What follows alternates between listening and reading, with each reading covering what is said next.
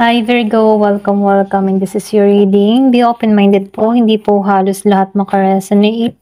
Thank you nga po pala sa mga nagsusubscribe, sa mga bumabalik. Maraming pong salamat. Give me the message for Virgo. Ano yung mensahe para kay Virgo? Give me the message for Virgo.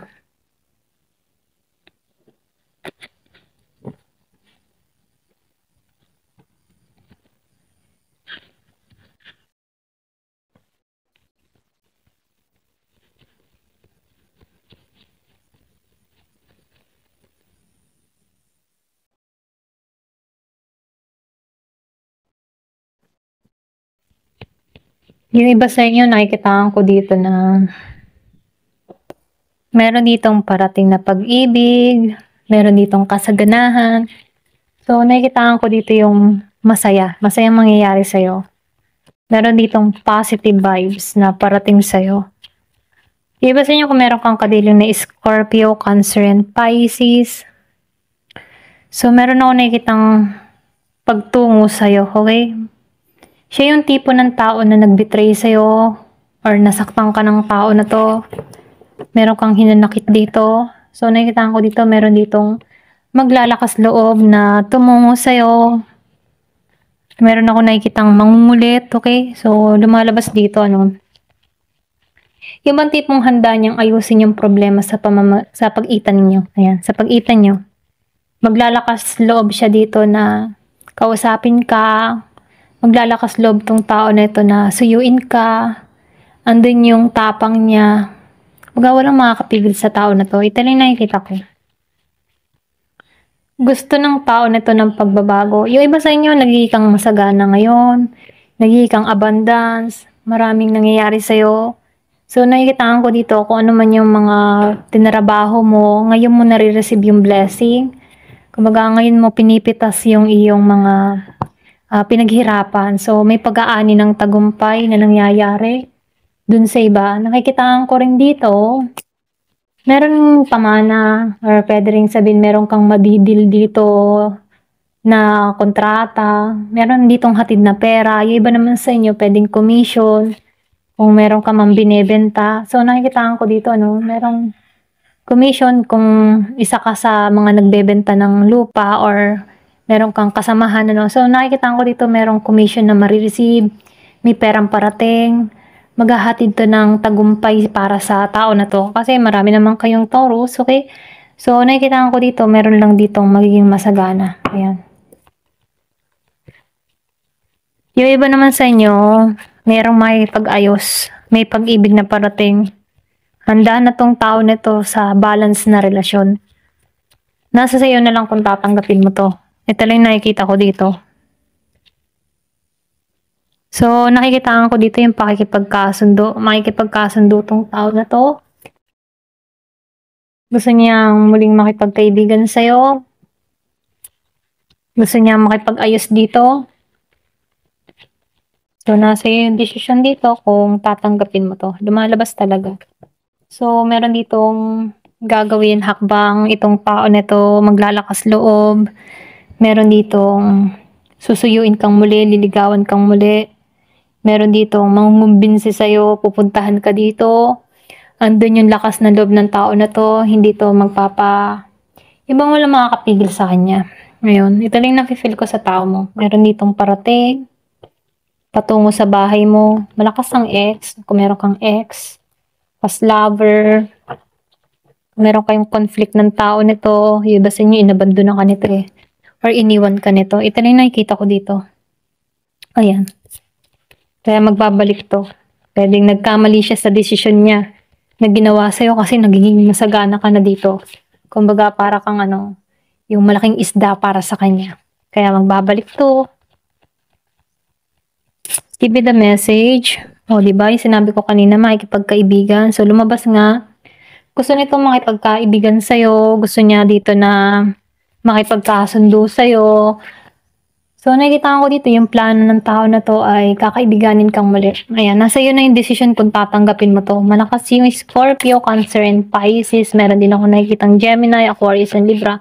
Kung may ganong kang tao or kung meron kang past lover na ganito. Okay? So, merong Scorpio. Malakas ang Scorpio kung meron kang kadiling na Scorpio. Gusto nito makipagkaibigan sa'yo. Gusto nito ng pagbabago. Lumalabas dito, gusto niyang baguhin yung sistema, gusto niyang, pwede rin sabihin, gusto niyang buuin muli yung koneksyon. Meron din ako nakikita yung iba sa inyo, meron kang kadiling na Taurus. O diba?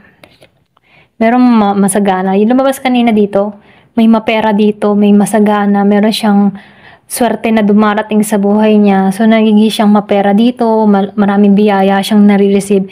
Kaya meron ditong babalik eh. Pwede rin sabihin makikibahagi sa yung tagumpay. Ayan, ito lang nakikita ko dito. Oh, may bibigay itong regalo. May manunuyo. Malakas yung Pisces. Lumabas yung Pisces and Scorpio. Kung meron kang kadiling may ibibigay itong regalo sa'yo. Pwedeng suyuin ka nito. Ayan. Yung iba naman sa inyo, gusto nitong makipagbalikan sa'yo. Okay? May plano to. Ayan. Mga plano sa buhay. Meron siyang pinaplano sa'yo. Ngayon niya naisipan na magplano sa'yo. Okay? So, andun pa rin yung passion ng tao na to. Yung iba sa inyo, hangad lang ng tao nito yung kapayapaan sa'yo. Yung iba ha, hindi alas lahat. So, malakas yung Pisces and Scorpio. Ayan, dito yung lumalabas. So, tingnan pa natin dito. Nag-iinit pa rin yung nararamdaman ng tao na to sa'yo. Masidhi yung pagnanais niya. Yung iba sa inyo, naging masagana. Ayan. Meron siyang mga plano dito na gustong gawin sa'yo, okay? Pero umpisan ka muna nito, magbibigay pa ng regalo.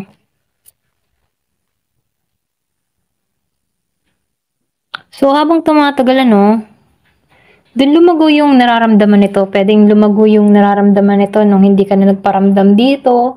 Or pwede rin sabihin na nag-silent treatment ka sa tao nito. Dun umepekto, okay? Na meron pala siyang matinding nararamdaman sa'yo. Kasi the more na nagiging mailap ka, the more na gusto ka nitong makuha. Okay? So, nakikita ko dito kung ano man yung mga sinasagawa mo. Para rito, nakikita ko dito, maghahabol to. Ayan, dami nito. So, ulitin natin, madami kasi. So, lumabas to. Caution. So, lumabas yung caution dito. Protect yung puso mo. Protektahan mo yung puso mo. Ito lang yung mensahe, So, kung darating man ito, kilala mo yung tao mo, kumbaga, magbalik tanaw ka sa mga atraso na ginawa ng tao nito sa'yo.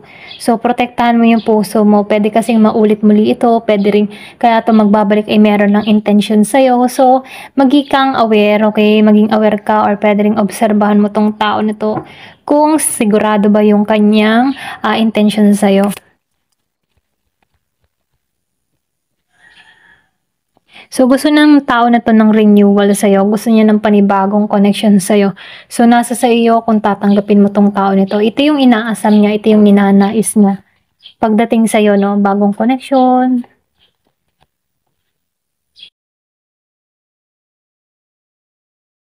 Maraming ka ng beses na pinagbigyan to. Ito lang nakikita ko. So, lumalabas dito, maraming beses mo na tong pinagbigyan. Maraming beses mo na tong pinatawad. Pwedeng paulit-ulit pa rin yung ginawa. So, nakita ko dito na yung iba sa inyo, kaya masyado kang protektado sa puso mo dahil maraming na tong beses na ginawa sa'yo, okay? Marami na tong pandilim lang na ginawa or marami na tong maraming beses mo na tong binigyan ng chance. Ayan. So, babalik to. Lumalabas talaga, babalik siya. Gusto niya ng reconciliation. May magbabalik. Ayan. Ayan, ang dami.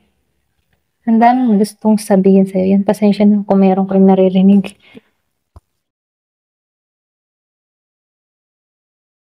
Pinanghahawakan pa rin ito yung kanyang nararamdaman sa'yo. So, nakikitaan ko dito, itong tao nito, ramdam niya na meron ka pa rin puwang. Yung mga ramdam ng tao nito na meron pa siyang puwang sa puso mo. Okay, kumbaga andun yung kanyang pagmamahal sa'yo, andun yung pinanghahawakan pa rin niya. Okay, ikaw. So, matindi yung nararamdaman nito. Ito rin nakikita ko matindi pa rin yung nararamdaman. Kaya magbabalik yung iba sa inyo. Marami naman 'tong option before or puwede ring sabihin alam mo sa sarili mo na marami 'tong pinagpipilian kaya kilalang-kilala mo yung tao mo, okey? Kilalang kilala mo na siya kaya kaya masyado kang protektado dito, eh. So, be aware na lang din. Cookie cutter relationships. So, nakikitaan ko dito, siya yung tipo ng tao na puwedeng wishy-washy, okay? Hindi sigurado sa kanyang adhikain na nararamdaman sa'yo. So, nakikitaan ko dito, siya yung tipo ng tao na 'pag ayaw niya na, tatanggalan niya na. Gano'n yung energy. So, nakikitaan ko siya yung tipo ng tao na 'pag walang silbi yung ka-partner, aalisan niya na, okay? So, ikaw, kilala mo yung tao mo kaya merong caution dito, okay? Tingnan mo kung ano ba yung intention niya, kung bakit ba magbabalik siya sa'yo, okay? Ito lang yung nakikita ko. Ayan. Thank you for watching. Love and peace.